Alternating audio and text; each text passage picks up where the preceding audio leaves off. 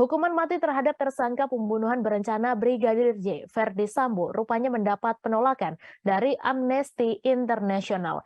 Menurutnya, pada kasus pembunuhan berencana Brigadir J ini masih ada resiko bahwa di kemudian hari tidak terbukti.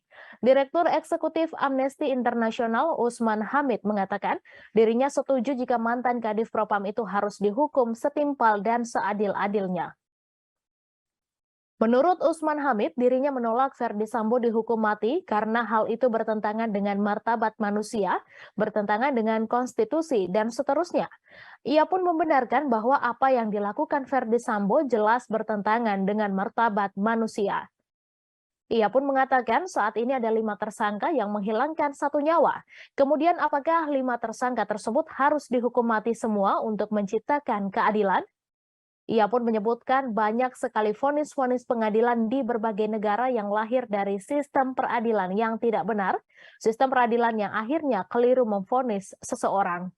Kemudian untuk pasal obstruction of justice, pasal yang dikenakan pada Verdi Sambo, yakni pasal 233 hukum pidana dan pasal 52 hukum pidana. Sementara itu, Direktur Eksekutif Indikator Politik Indonesia, Burhanuddin Muhtadi, mengatakan ada komplikasi antara opini publik dengan penegakan hukum soal hukuman terhadap Verdi Sambo.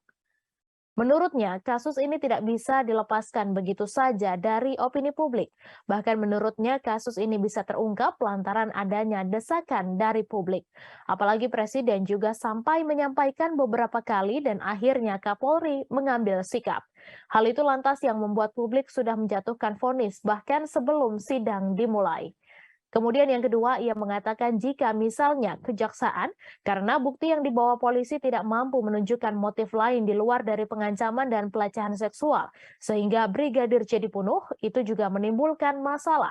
Lantaran publik sudah menganggap Brigadir J dibunuh karena faktor pelecehan seksual, sehingga hal ini menjadi komplikasi antara opini publik dengan penegakan hukum. Terima kasih sudah nonton. Jangan lupa like, subscribe, dan share ya.